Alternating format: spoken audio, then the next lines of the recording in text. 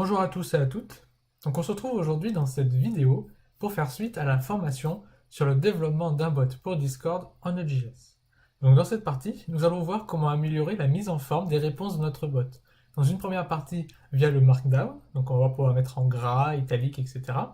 Et dans une seconde partie, on va voir comment faire des réponses riches, donc avec une mise en forme plus avancée des réponses de notre bot. Donc déjà, je vais revenir sur un élément que j'ai dit précédemment dans la dernière vidéo, qui était l'ajout de la fonctionnalité qui permettait de faire en sorte que notre bot envoie un message en privé à un utilisateur quand celui-ci se connecte pour la première fois.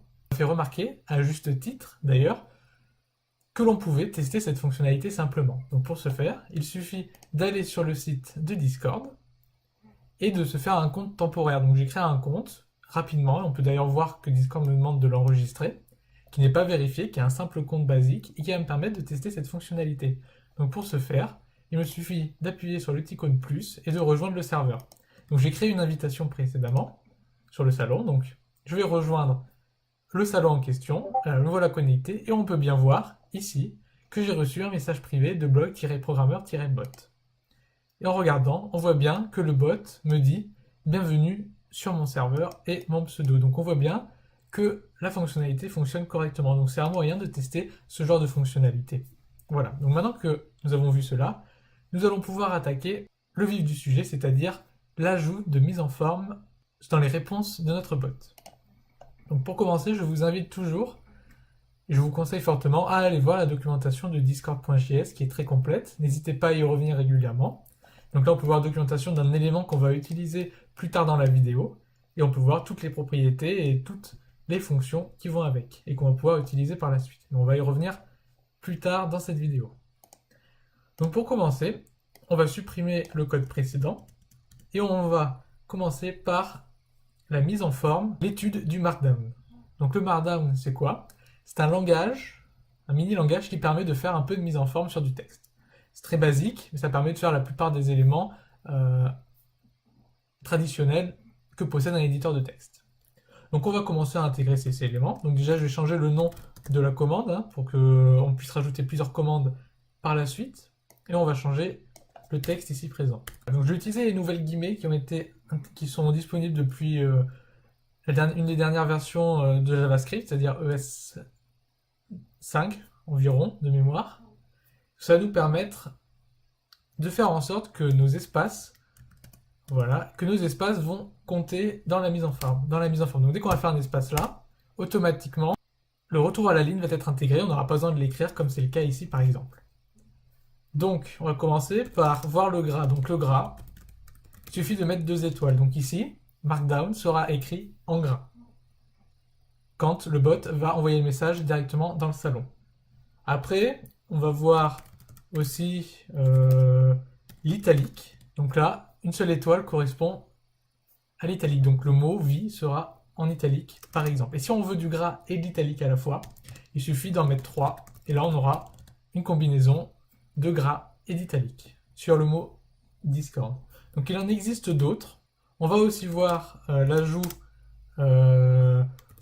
avec bonjour, voilà. Donc en utilisant ces vagues, ce caractère-là, on va pouvoir dire qu'on veut que notre mot soit barré. Donc bonjour sera ici barré. Et de la même façon, on va pouvoir mettre, pour que notre mot bonjour soit souligné, l'élément suivant. Et donc là, notre mot bonjour sera souligné automatiquement. Donc, une autre balise qui existe, qu'on va utiliser, on va refaire un message .channel. Pourquoi je fais ça? Parce qu'on va utiliser les guillemets ici pour utiliser la balise. Donc il faut utiliser double apostrophe comme ci-dessous.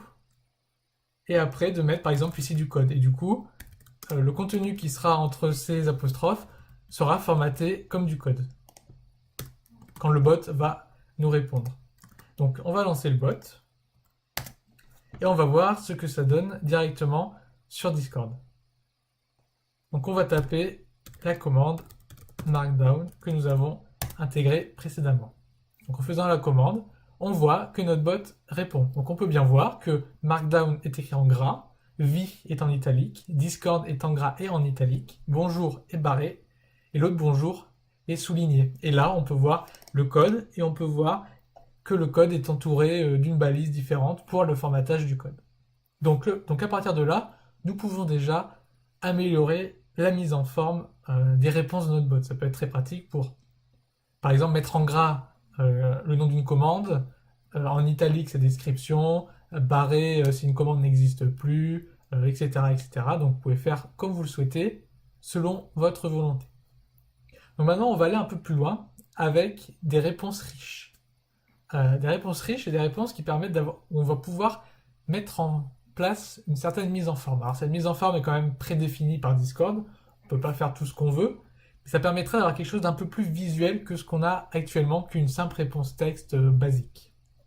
Donc on va revenir sur notre code, et on va stopper le bot déjà, et on va implémenter ces fonctionnalités. Donc pour ce faire, on va déjà mettre en place une nouvelle commande, sans supprimer la précédente, ça peut toujours nous être pratique, ça peut toujours nous être utile. Voilà. Et la commande, on va l'appeler comme cela. Voilà. On va pas s'embêter.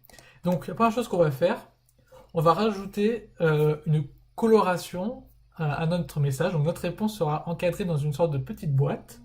Et dans cette boîte, il y aura une petite coloration sur le côté. Donc ça peut être pratique. Par exemple, si c'est un message d'erreur, vous pouvez mettre la coloration en rouge. Du coup, ça pourra indiquer que c'est un message d'erreur. En bleu, en vert, quand ça s'est bien fonctionné. Ça a bien fonctionné. En bleu, quand c'est une information, etc. C'est à vous de l'utiliser comme vous le souhaitez. Alors là-dessus, il n'y a aucun problème. Donc pour ce faire, il suffit de faire un message. On répond dans le channel dans lequel la commande a été faite et on envoie un message. Donc, on utilise le mot-clé suivant pour indiquer qu'on veut utiliser une mise en forme riche, une mise en forme améliorée. Donc, on définit des paramètres. Alors ici, on définit le code couleur. Donc, je prends un code couleur que j'ai défini à l'avance. Vous pouvez bien entendu mettre le code couleur que vous voulez. Le code couleur à mettre est en hexadécimal. Donc, vous pouvez chercher sur internet et mettre le code couleur que vous souhaitez. Et après, notre texte, du coup, doit être écrit dans la paramètre description. Et donc là, on va pouvoir mettre notre texte qui va s'afficher bonjour le monde en français cette fois.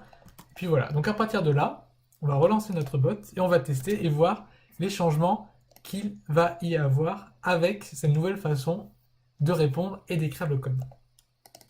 Donc, on revient sur Discord et on exécute la commande. Et là, on peut voir que notre message, notre description, est écrit dans une sorte de boîte qui est un peu plus foncée que le reste du fond de Discord, avec notre couleur hexadécimale sur le côté gauche. Donc ça peut être pratique, comme une sorte de boîte de dialogue. Donc ça peut être pratique. Par exemple, si le bot fait une erreur ou il ne peut pas faire une certaine commande, eh bien il suffira d'ici de mettre le code hexa pour du rouge et d'afficher en rouge le message pour indiquer que c'est une erreur. Par exemple, c'est une possibilité. Donc on a vu comment créer un élément un peu plus riche visuellement. On va aller encore un peu plus loin maintenant. Donc on va couper le bot et on est reparti dans notre code. Donc on va implémenter une nouvelle commande et c'est parti.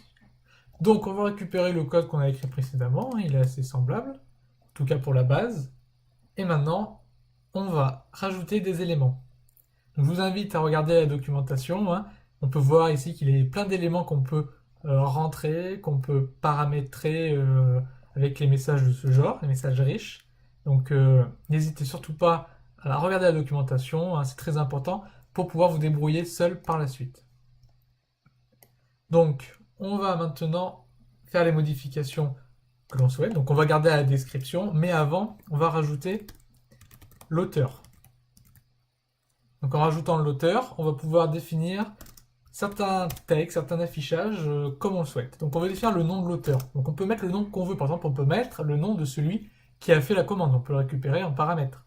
Ou alors on peut afficher, ce qu'on va faire ici, le nom de celui qui écrit ce message. Donc ici, notre bot. Donc on va faire un bot.user.username. Donc on récupère le nom de notre bot qu'on va afficher. Et après, on va récupérer l'avatar, l'icône de notre bot, pour l'afficher à côté du nom de celui-ci. Donc bot.user.avatar. avatar URL. Donc on récupère l'adresse, l'URL de notre avatar qui est hébergé sur les serveurs de Discord. Donc on n'oublie pas la petite virgule et le tour est joué. Donc là, dans notre message, dans notre mise en page, il y aura un petit encart prédéfini. On ne peut pas choisir sa position, c'est prédéfini par Discord, qui va s'afficher dans notre boîte et qui indiquera le nom de notre utilisateur et l'image de l'utilisateur, notre avatar. Donc vous pouvez personnaliser comme vous le souhaitez en fonction de la commande, en fonction de plein de paramètres. C'est vraiment comme vous le voulez. Ici, on va faire une chose simple. Donc après, on va définir un titre. Le titre, on va dire, on va l'appeler titre, tout simplement. Et ce titre, donc, va aussi avoir une place prédéfinie dans la mise en page. Donc on va voir ça après par la suite. On va aussi rajouter une URL. Comme ça, quand l'utilisateur va cliquer sur le titre, ça va le renvoyer sur un site internet. Donc ici, on va aller sur Google. On va pas s'embêter. Donc on a la description, qu'on avait déjà définie après, et on peut maintenant rajouter d'autres éléments, des champs. Donc on va rajouter des champs à notre boîte. Donc pour ce faire, c'est un tableau qu'il nous faut définir, et dans ce tableau, on va définir, donc créer plusieurs champs comme on le veut. Donc on va en créer quelques-uns pour voir que le Markdown fonctionne toujours, même dans ces champs, même dans la description et même dans le titre, etc. Le Markdown qu'on a vu précédemment est toujours fonctionnel, même dans ce système de boîte enrichi. Il n'y a aucun problème là-dedans. Donc on va rajouter un nom à notre champ, on va l'appeler du texte simple, par exemple, on va pas s'embêter, et on va lui définir une valeur, parce que le name correspond à un titre en quelque sorte, et la valeur, après ça correspond un peu à la description. Donc votre texte ici, par exemple. Et c'est un moyen, ça peut être un moyen de mettre en forme, par exemple, la commande help de votre bot, et d'énumérer toutes les commandes que vous avez créées qui sont disponibles dans le bot, via différents champs, comme ici. Donc on va en créer un autre. Pour ce faire, on rajoute une virgule, on est dans un tableau, donc il n'y a rien de magique, et on va coller le code précédemment qu'on a mis plus haut. Donc ici, on va mettre ajout d'une URL, par exemple, et on va mettre, voilà, l'adresse de, on va fermer là, ça, l'adresse de, qu'est-ce qu'on va mettre, on va rajouter Google encore, par exemple, donc 2, et là on va encore utiliser du Markdown qu'on n'a pas vu précédemment, c'est l'ajout d'un lien. Alors il ne fonctionne pas dans un message traditionnel, parce que dans un message traditionnel simple, Discord s'occupe automatiquement de transformer un lien en lien cliquable. Ici par contre il faut que nous fassions nous-mêmes, donc on rajoute entre crochets le mot qui va s'afficher, donc dans le texte va s'afficher Google, et entre parenthèses on va mettre l'adresse de redirection, le lien vers quoi le texte va rediriger, donc ici Google par exemple. Et donc pour finir, on va rajouter, pour vérifier que le Markdown fonctionne bien comme il faut, on va mettre ici Markdown, on va y arriver, et on va récupérer le Markdown, c'est la vie, Discord, et on verra bien que notre code va bien s'afficher correctement quand on va l'utiliser. Donc maintenant qu'on a fait ça, on va continuer à améliorer un peu notre mise en page. Donc on va rajouter un timestamp. Donc ça va simplement permettre à l'utilisateur, dans la mise en page de notre petite boîte, on va pouvoir indiquer une date. Donc ici on va mettre la date à laquelle le message a été publié. On pourrait mettre par exemple, si on récupère une vidéo sur YouTube, mettre la date à laquelle la vidéo est sortie, par exemple. C'est comme vous le voulez. Il n'y a aucune obligation là-dessus. Et donc maintenant, on va rajouter un footer, donc un pied de page, un pied à notre petite boîte, en rajoutant quelques éléments. Donc on va rajouter un icône URL, encore une fois, et on va, pour pas s'embêter, récupérer encore l'avatar l'image d'avatar de notre bot. Bien entendu, vous pouvez mettre l'image que vous voulez, à l'adresse que vous voulez. Votre image peut être hébergée n'importe où, il n'est pas obligé de prendre une image qui a été hébergée obligatoirement sur Discord. Et après, on va rajouter du texte, et on va mettre par blog-programmeur, par exemple. Donc là, on a une petite boîte où on a quand même pas mal amélioré la mise en page. Donc on va pouvoir le tester, on va démarrer notre boîte et on va voir à quoi cela va ressembler. On revient sur Discord et on tape la commande. Et on peut voir effectivement que notre mise en page est encore différente par rapport à ce qu'on avait à la base, donc une réponse simple, à tout à l'heure, et maintenant notre réponse plus avancée, plus travaillée. Donc là, on peut voir le haut de page qu'on a écrit précédemment, donc l'auteur, donc l'image de l'auteur et le titre, donc ça pourrait être le titre d'une commande aussi, pas obligé de... parce qu'il y a écrit auteur, dans l'utilisation du système, dans le code, qu'on est obligé de mettre l'auteur. Vous pouvez mettre ce que vous souhaitez. Donc là, on voit le titre qu'on a défini, et quand on clique sur celui-ci, on peut voir qu'il veut nous rediriger vers google.com. Donc le texte simple, c'est le premier champ qu'on a rentré précédemment. Le champ qu'on a rentré avec l'URL Google, donc de même, quand on clique, il y a un lien, ça va nous envoyer sur Google. Et le Markdown, donc on voit qu'il y a le gras, l'italique et Discord en gras italique. Et le footer, le pied de page, le pied de notre bloc, où on voit l'icône qu'on a définie, donc l'avatar de notre bot, et par bloc-programmeur que nous avons nous-mêmes mis précédemment, et ici le timestamp, la date à laquelle le message a été posté. Bien entendu, vous pouvez mettre autre chose qu'une date, vous pouvez mettre un autre élément si vous voulez, vous pouvez mettre une autre date autre que la date dans laquelle le message est écrit, vous pouvez ne rien mettre du tout et il ne s'affichera pas. C'est tout. Donc maintenant, on va aller encore un petit peu plus loin, on va encore voir comment améliorer une dernière fois notre mise en page avec tous les éléments, quasiment tous les éléments qui sont à notre disposition. Donc on va utiliser une façon de faire un peu différente, mais qui ressemble, parce que grâce à la façon dont nous allons faire maintenant, on va créer une variable qui va nous permettre après d'éditer avec des .set auteur, .set color, .set description, etc.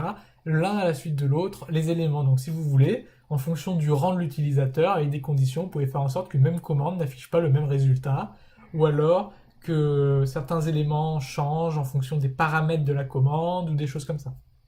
Donc on va faire cela tout de suite. On revient dans le code et on va rajouter une nouvelle condition. Donc c'est parti. Donc on va créer une nouvelle variable qu'on va appeler comme ci-dessous et on va créer un new Discord rich and bid. Donc on va créer un élément riche, une variable qui correspond à un élément riche. Donc on pourrait faire par exemple point virgule et après faire un nbid.set title. Donc on va définir le titre. On va mettre mon titre et un titre à avoir jusqu'à 256 caractères, par exemple. C'est pas par exemple, mais le maximum de nos caractères que peut avoir un titre est de 256. Voilà, donc on va en profiter pour voir comment les différentes longueurs de texte qu'on peut utiliser. Donc après, on va définir l'auteur, comme tout à l'heure. Donc on va mettre nom de l'auteur, on va mettre juste nom, et on va mettre pareil, une URL. Donc on va mettre l'URL d'une image que j'ai récupérée dans la documentation, qui est une image par défaut qui va permettre de voir les différentes tailles, les différents éléments dans l'affichage de notre boîte. Donc on va mettre un HTTPS, et donc l'URL de l'image en question.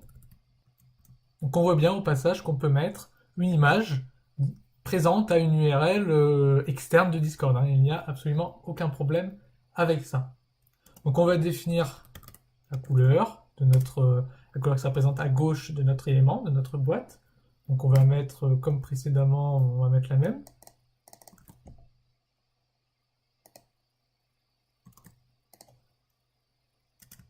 Puis on va changer la description. On va mettre ma description qui peut avoir jusqu'à 2048 caractères précisément. Vous pouvez faire une description qui est quand même assez conséquente. Et après, on va définir maintenant un pied de page. Donc le pied de page, voilà, pied de page, qui lui aussi peut avoir jusqu'à 2048 caractères. Et on va aussi définir, par conséquent, l'image qui va avec, l'image qui va s'afficher en bas à gauche, comme on a vu précédemment, le petit encadré où j'avais mis l'avatar de l'utilisateur la dernière fois. On va récupérer le code suivant et on va mettre la bonne adresse de l'image qui est... Voilà. Une fois qu'on a défini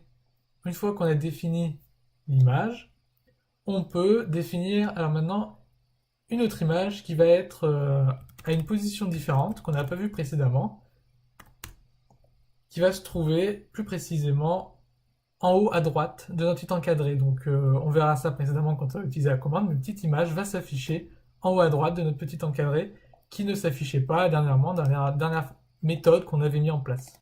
Voilà. Et après on va définir, alors send thumbnail, définir l'image. Avec ce code, on va pouvoir définir l'image qui va être mise en avant. Donc c'est-à-dire l'image qui va prendre une grande partie de notre boîte, qui va se trouver en bas de notre boîte. Donc ça peut être par exemple pour une vidéo YouTube, ça peut être soit une vidéo YouTube plutôt qu'une image. Donc en définissant une vidéo dans la documentation, vous trouverez, on peut définir une vidéo. Et si on met pas de vidéo, on peut mettre une image qui va être une image assez conséquente, qui va prendre un grand espace et qui va correspondre par exemple à l'image d'un article qu'on aurait récupéré sur un site. Si votre bot est connecté à votre site, par exemple, si vous sortez un article, paf, le bot le détecte et il va mettre l'image de votre article en avant dans la mise en page qu'on est en train de faire. Après, comme tout à l'heure, on définit le timestamp. Ici, on va le laisser vide parce qu'on n'en a pas spécialement besoin. On aurait pu ne pas le mettre aussi, bien évidemment.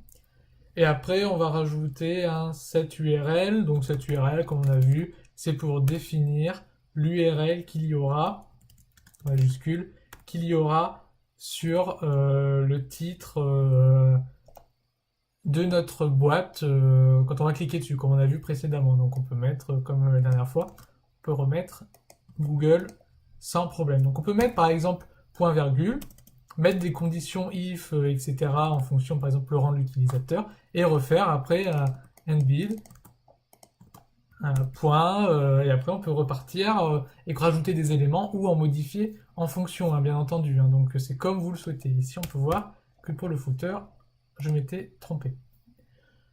Donc après, il existe encore, on peut faire comme la dernière fois, add field, donc on peut rajouter des champs, encore une fois, comme on l'avait fait, du texte simple, ajout d'une URL, markdown, etc.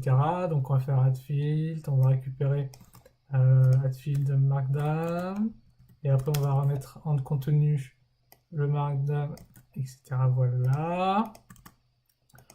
On va encore une fois remettre le même à la suite. On va pas se prendre la tête. Par contre, on va rajouter un nouvel élément, c'est add blank field. C'est-à-dire qu'on va faire comme un saut de ligne entre nos éléments.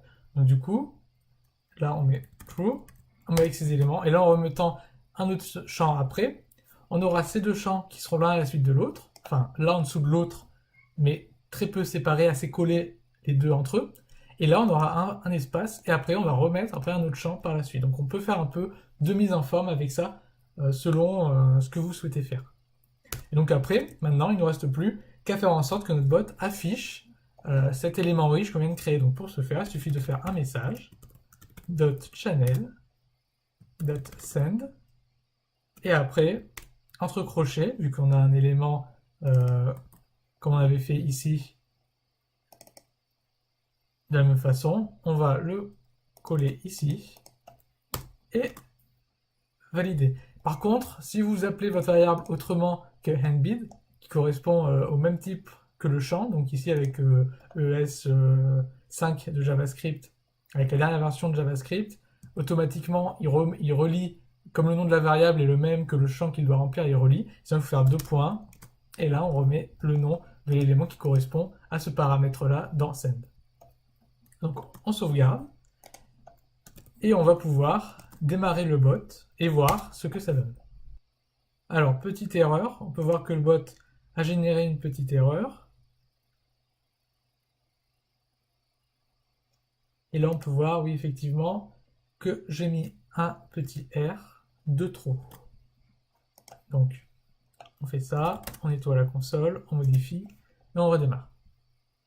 Donc maintenant, on peut démarrer notre commande. et voir la nouvelle mise en page. Comme on peut voir, le nom a bien été défini, l'image qu'on a définie précédemment dans l'auteur par exemple est bien en haut ici présent. La thumbnail qui est ici, donc qui ici correspond à ce code-là, et le set image qui est donc l'élément principal au centre de notre mise en page, qui est donc présent ici. Donc on peut le voir sur les différents éléments, il vient de la documentation et ils ont mis les images associées, le texte associé au code qui va avec pour pouvoir bien identifier qui va avec quoi. Donc on voit ici nos différents champs, ces deux champs sont bien l'un à la suite de l'autre, et celui-là est bien séparé par un espace qu'on a défini avec le add blank field. Donc en définissant un champ vide qui est là, et donc qui permet de faire un espace dans votre mise en page selon vos besoins.